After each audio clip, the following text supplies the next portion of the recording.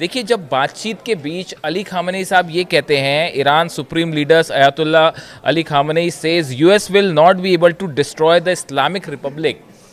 जब Ali Khamenei साहब ये कहते हैं कि आप लाख कोशिश कर लें, आप इस्लामिक रिपब्लिक को खत्म नहीं कर पाएंगे, उसे हरा नहीं पाएंगे, तो असल में अली खामनेई साहब ये कह रहे हैं कि अमेरिका लाख कोशिश करे, डोनाल्ड ट्रंप लाख कोशिश करें, लेकिन आप इस्लाम को नहीं डिगा पाएंगे। ईरान में जो इस्लामिक रेवोल्यूशन हुआ, उसके जो सिद्धांत आधार हैं ईरान का, आप उसको नहीं हटा पाएंगे। आप ईरानी जो इस्लामिक रेवोल्यूशन हुई ईरान में, उसके वैल्यूज़ को आप कभी नहीं डिगा सकते। यानी दूसरे शब्दों में आप कहें तो अली खामनेई साहब ये संदेश दे रहे हैं कि इस्लाम के जो सिद्धांत हैं, इस्लामिक रेवोल्यूशन के जो सिद्धांत हैं, वो ईरान की शान है और वो हमेशा थे, हमेशा हैं और हमेशा रहेंगे।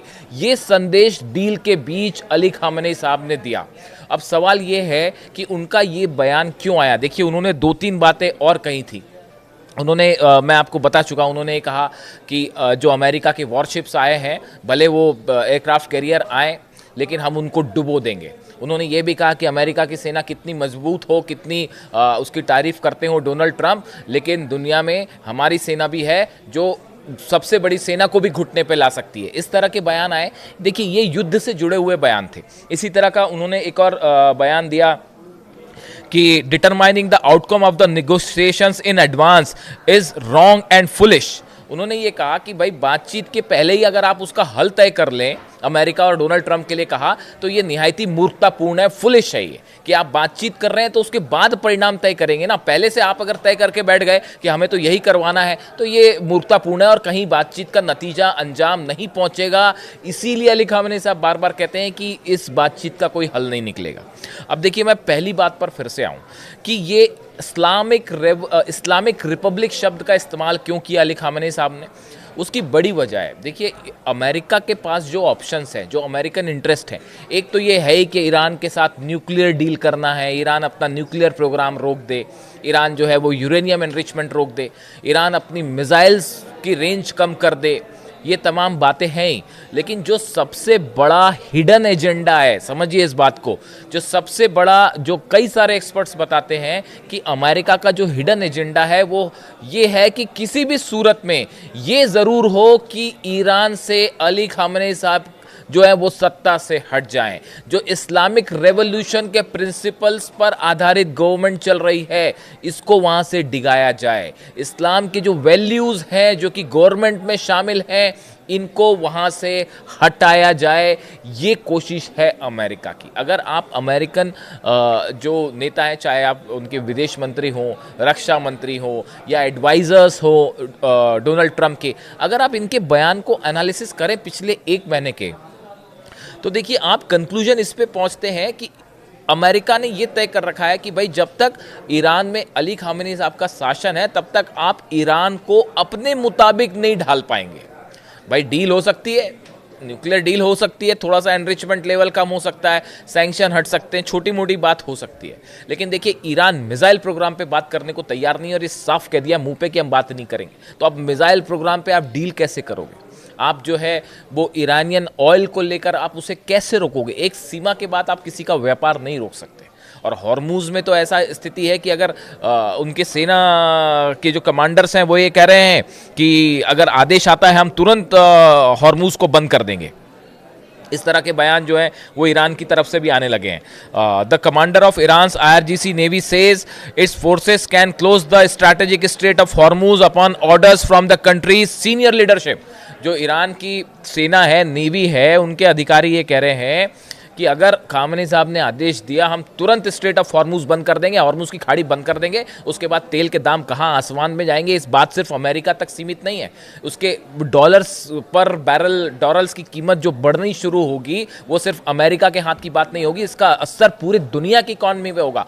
20% ऑयल जो है वो हॉर्मूज से होकर गुजरता है। अगर आप एक हिसाब कल में सुन रहा था किसी को कि दुनिया का हर 5वां बैरल ऑयल जो प्रोड्यूस हो रहा है वो हॉर्मूज से होकर निकल रहा है, तो ऐसे हालात में आप कैसे उसको कंट्रोल कर पाएंगे? यानी एक तो ईरान की सेना यही कह रही है कि एक आदेश आया खामेनी साहब का, हम स्ट्रेट ऑफ हॉर्मुज बंद कर देंगे, उसके बाद धरा रह जाएगा सब कुछ जो है। और हॉर्मुज में जाके ईरान को हराना भूल जाइए, वो ख्वाब है, हसीन सपना है और कुछ नहीं है वो। अब आप सुनिए इस बात को। और तो देखिए, जहाँ से हमने शुरू की थी बात कि ये एक एजेंडा है जो चल रहा है कि किसी भी तरह से ईरान को जो इस्लामिक रेवोल्यूशन के वैल्यूज़ हैं इससे डिगाया जाए, वहाँ के जो शासन है ईरान में उसको जो है इस्लाम से अलग किया जाए, इस्लाम की वैल्यूज़ से अलग किया जाए, इस्लामिक रेवोल्यूशन के वैल्यूज़ से अलग किया जाए। तभी वो सूट करेगा अमेरिका की कैपिटलिज्म को, अमेरिका की इकॉनमी को, अमेरिका के इंटरेस्ट को सूट करेगा, ऐसे कई एक्सपर्ट का दावा है। और ये बात को अली खामेनी साहब बड़ी अच्छे से समझते हैं। आप देखिए आखिर ऐसी क्या बात है कि अली खामेनी साहब का वो इंटरव्यू का मैं बार बार जिक्र करता हूँ, आज से पता नहीं कितने साल पहले, शायद 1981 की बात है अगर मैं गलत नहीं हूँ। तो एक इंटरव्यू लेने वाले ने उनसे पूछा कि आपका दुश्मन कौन है, ईरान का सबसे बड़ा दुश्मन कौन है? एक शब्द में जवाब आया, अमेरिका। और आज भी जो है कितने साल का शासन हो गया उनका वहाँ पे, आज भी उनका विजन देखिए कितना क्लियर है। और इन्होंने ये जो बयान दिया बातचीत के बीच में, डोनाल्ड ट्रंप B2 बॉम्ब की धमकी दे रहे हैं कि अगर आपने बातचीत नहीं की तो हम B2 से हमला कर देंगे, इस तरह की धमकियां आई तमाम। उसके बीच, बातचीत के बीच, जब ईरान को दबाने झुकाने की कोशिश हो रही है, बड़े बड़े एयरक्राफ्ट कैरियर आ गए हैं, 1/3 जो है अमेरिका की नेवी वो मिडिल ईस्ट पहुंच गई है, वो यहीं बैठी हुई है भाई साहब, और हमला करने की हिम्मत नहीं हो पा रही। तो अब ऐसी सूरत में जो है अली खामेनी साहब का स्टेटमेंट जो आया कि इस्लामिक रिपब्लिक को कभी आप ख़त्म नहीं कर पाएंगे, वो ईरान शब्द का भी प्रयोग कर सकते थे, जो मैं समझ पा रहा हूँ। उन्होंने इस्लामिक रिपब्लिक का प्रयोग किया। और जो लोग ये सोचते हैं, जो बार बार इस बातें अमेरिका की तरफ से बयान आ रहे हैं कि हम अली खामेनी साहब को हटाना ही है और उनको हटा के ही बात आगे बढ़ेगी, इस तरह की जो बातें हैं इनकी उन्होंने धज्जियाँ उड़ा दी। और उन्होंने क्लियर कट विजन ईरान के सामने रखा है कि हम Islamic Republic revolution, Islamic revolution के जो प्रिंसिपल्स हैं उस पर ईरान कायम है, था, हमारी ताकत यही है और हम हमेशा इस पर कायम रहेंगे। और अमेरिका इस बात को अच्छे से समझता है, जब तक अली खामेनी साहब वहाँ पे हैं, जब तक इस्लामिक रेवोल्यूशन के प्रिंसिपल्स पे वो अडिग हैं, तब तक ईरान का कोई कुछ बाल बाका नहीं कर सकता, ना ईरान को झुका सकता। इसीलिए शायद अली खामेनी साहब का बयान आया। आप देखिए टॉक्स ईरान की तरफ से, ये भी इस्माइल बगाई जो स्पोक्स पर्सन है, उन्होंने कहा है कि Iranian team is ready to stay in Geneva for longer period of time to finalize any agreement, a few days और इवन अ फ्यू वीक्स।